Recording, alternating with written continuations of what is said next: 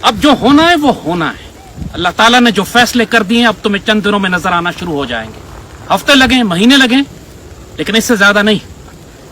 جو ہندو مشرکوں کی تیاری ہے اب انہوں نے پاکستان میں داخل ہونا ہے. پوری پاکستانی قوم کو یہ جنگ اکٹھے لڑنی پڑے گی. اب غور سے ہماری باتیں سنیں. یہ جنگیں ہمارے شہروں میں ہوں گی. ہر پاکستانی اس میں پاکستان آرمی کا ساتھ دے گا اور آپ نے ہر حال میں ساتھ دینا ہے. ہماری صفوں کے اندر غدار بھی ہیں جو پاک فوج کے خلاف بات کریں گے, پاک فوج پر ہماری پشت میں سے حملے کریں گے, چاہے وہ ٹی ٹی پی کے خوارج ہوں, چاہے بی ایل اے کے دہشت گرد ہوں, چاہے کراچی میں ایم کیو ایم کے اربن ٹیررسٹ ہوں, یا پی ٹی ایم کے وہ دہشت گرد جو منظور پشتین, علی وزیر اور محسن داوڑ کے ساتھ اس وقت پاکستان کے اندر پھیلے ہوئے ہیں اور وقت کا انتظار کر رہے ہیں, یا چاہے فضل الرحمان جیسے دہشت گرد ہوں, سیاسی دہشت گرد جو اس جنگ کی صورتحال میں بھی پاکستان میں فساد کرنا چاہتے ہیں. آپ کو ان ساروں سے بھی محتاط رہنا ہوگا.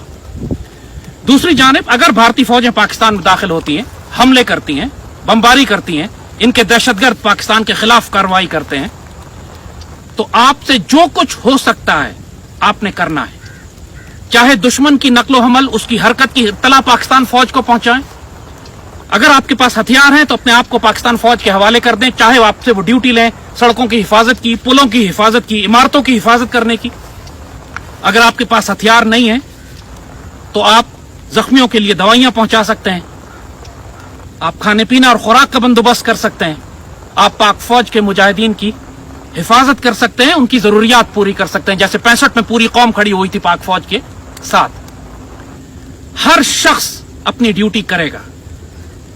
جس کے ذمہ فصل اگانا ہے وہ فصل اگائے, جس کے ذمہ دفتری پاکستان کے معاملات کو چلانا ہے, ریلوے, پی آئی اے, سب چیزیں اپنے وقت پہ چلنی چاہیے. دشمن ہر ممکن کوشش کرے گا کہ پاکستان کے اندر کے نظام کو ڈسٹرب کرے.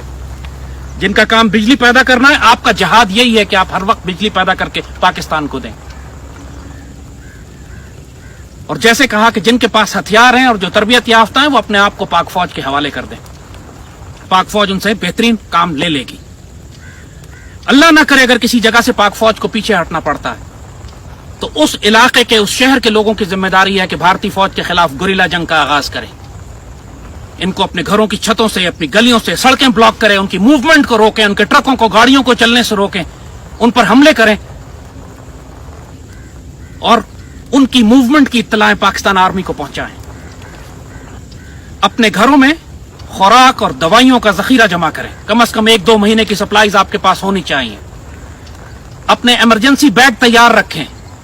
اللہ نہ کرے, خاص طور پہ سرحدی علاقوں کے لوگ, اللہ نہ کرے اگر شارٹ نوٹس پہ گھر خالی کرنا پڑتا ہے, نکلنا پڑتا ہے فیملی اور بچوں کے ساتھ, تو اس کا انتظام آپ کے پاس ہونا چاہیے کہ ہم بچوں کی ضروریات کی چیزیں اپنے پاس بیگ تیار ہوں, نکل کر پاکستان کے پیچھے شہروں میں کس کے پاس جائیں گے. اپنے رشتہ داروں سے, عزیزوں سے پہلے سے معاملات طے کر لیں کہ اللہ نہ کرے ایمرجنسی میں نکلنا پڑے تو ہم کہاں آپ کے پاس آئیں گے.